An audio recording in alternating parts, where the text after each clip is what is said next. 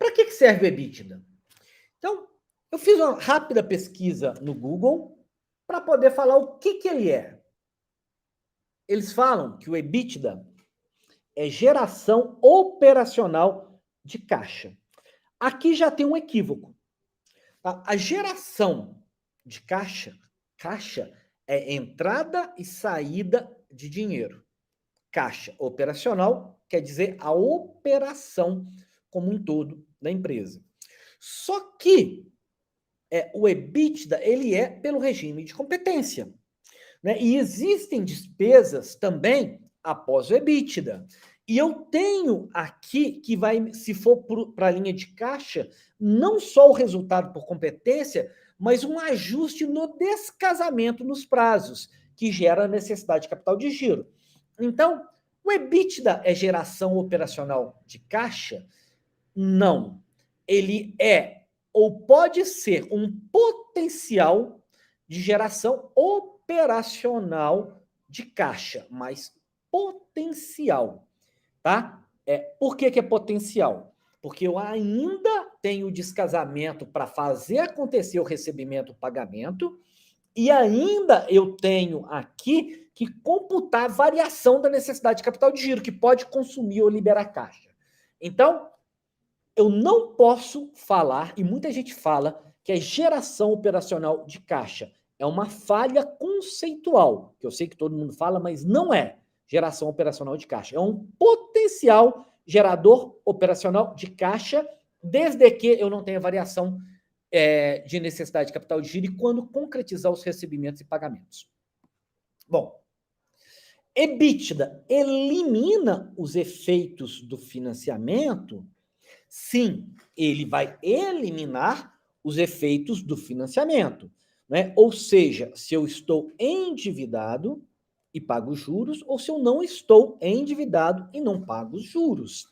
Só que aqui, ao eliminar o efeito do financiamento, eu deixo, né, por trás várias coisas que eu preciso considerar. E a grande maioria das empresas hoje, principalmente nessa taxa de juros, não gera resultado ou EBITDA suficiente sequer para poder pagar os juros.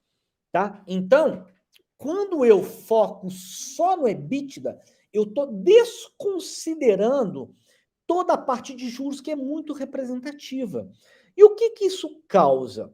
Causa que eu posso estar olhando para o indicador que me dá uma parte da história, só uma parte da história. E muitas vezes as pessoas consideram como ele se fosse o principal indicador. E não é. Tá? Então ele elimina os juros porque ele vem antes do juro. Juros, né? Lucro antes dos impostos, juros, depreciação e amortização. Outra coisa que o EBITDA elimina no cálculo dele. Né? Então, vamos só para poder mostrar. O EBITDA está aqui.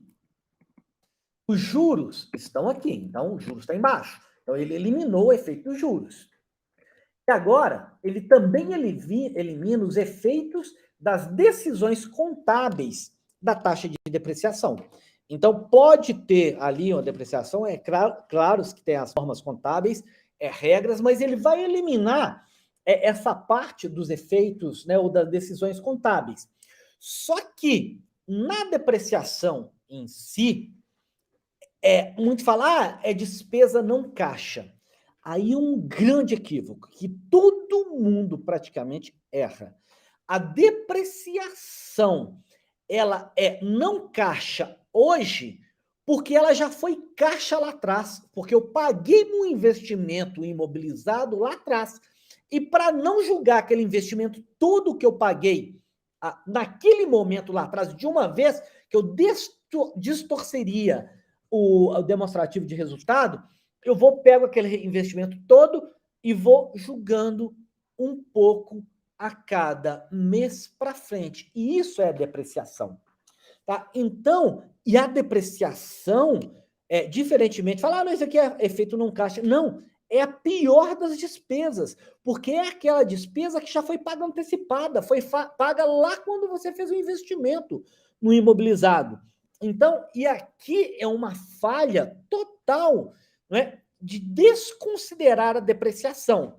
o EBITDA ele desconsidera a depreciação. Mas qual que é o grande problema? Não é olhar o EBITDA, é achar que o EBITDA representa a saúde inteira da empresa. E ele não representa. Ok? Se tiver alguma dúvida, pode deixar aqui, que eu respondo aqui mesmo no YouTube, mas isso é muito importante, gente. Muito. Né? Ele elimina o efeito da depreciação.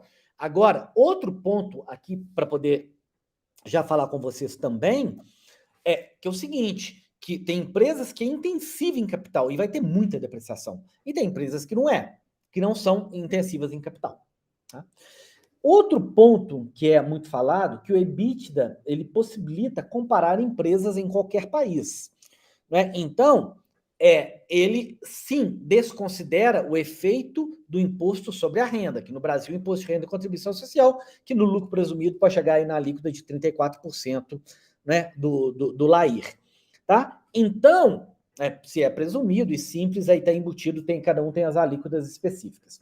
Mas como ele elimina esse efeito da renda, né, eles falam que pode comparar empresas em países diferentes. Só que cada país tem suas características, né, encargos, salários mais altos, menos altos, então também não é tanto assim que a gente pode falar que simplesmente dá para poder comparar exatamente, porque são características diferentes.